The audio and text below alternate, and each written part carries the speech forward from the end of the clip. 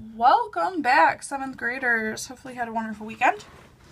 So last week we talked all about these fancy stem and leaf plots, right? And different data. We found the quartiles, the interquartile range, and all that fun stuff.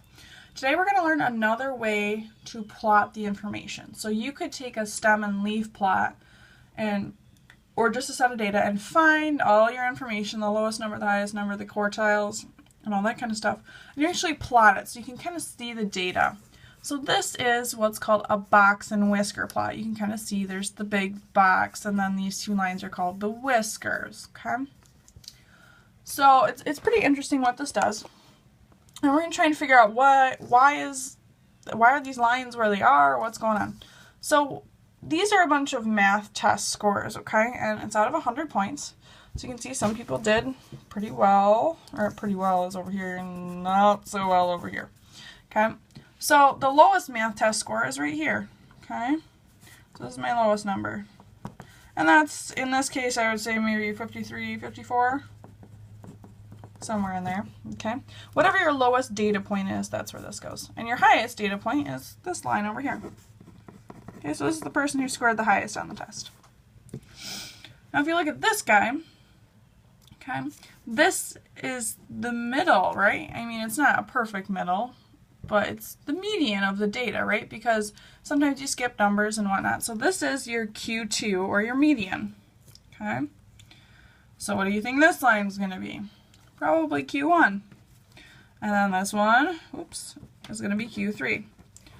So you plot your data. The first thing you do is you kind of make a little tick mark here for your highest and lowest. Then you make lines for your Q2 and then your Q1 and Q3. Make a box between those, then draw your lines to your final points here, okay? So those were just kind of the questions I was asking you here, and I answered them up here, okay? Sorry, my phone is plugged in and trying to work around the power cord right now, so I apologize if there's a little shakiness. So I have a little example where I give you the data and I want you to create a box plot. So the first thing you have to do is just put them in order. So I have a 3, I have a 5, I have 3 7s, 1, 2, 3, 7, 7, 7. I have 2 8s here. I have a 9. I have 10. I have 2 11s. I have 2 12s. And then 2 15s. Okay? So 1, 2, 3, 4, 5, 6, 7, 8, 9, 10, 11, 12, 13, 14, 15. 3, 4, 5, 6, 7, 8, 9, 10, 11, 12, 13, 14, 15. Alright, we should be good. Second step is find the median. Okay. So my median number here.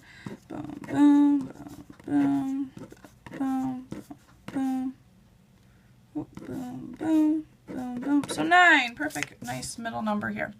Okay. So my Q2 or my median is 9. Q1 is going to be, let me find a different color here. Remember, we do not include this 9 when we're looking at the quartiles, okay? We're going to boom, boom, boom, boom, boom, boom, and 7. So my Q2 is, or I'm sorry, my Q1 is 7. I'm going to do the same thing here. Again, I do not include that 9. Nice 12 there. Okay. And then I'm going to plot it on a number line. Now, we know the lowest number is 3, right? You guys see what I'm writing here? Probably not. Sorry that you couldn't see everything here. There we go. Now you can kind of see my data over there. Lowest is 3. And my highest is 15, right? So if you need to pause this and rewrite your data here, unfortunately I can't make it any smaller for you guys right now. Oops, sorry for the shakiness here. Okay. And the lowest is 15. So all I have to do is kind of, I'm going to make tick marks here, like a number line. 3, 4, 5, 6, 7, 8, 9, whoops, wow, that was a little far apart. 10, 11, 12, 13, 14, 15, 16. And you should do 1 on either side. So I'm going to make a little, just a short line at my lowest and highest here, right? And I'm going to make a big line at Q1. Q2 is 9 here. Q3 is 12. And then I can draw a little box. And I might have to extend some lines a little bit here.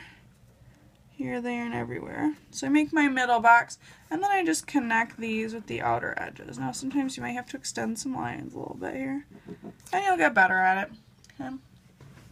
And you can label these if you want, Q1, Q2, Q3. But it's inferred that in a box plot, this is Q1, this is Q2, this is Q3. Okay? So you do need to incorporate the number line. This is important for the box plot, okay? And it doesn't have to be every number. I mean, it has to be every number in between, but you should do every number that's here plus 1 or 2 on each side, okay? But you don't have to go like from 1 to 50. Okay, that's a little ridiculous. So be smart about it, but you can do it, okay? Have a wonderful day. Your homework problems are on the whiteboard. Bye-bye.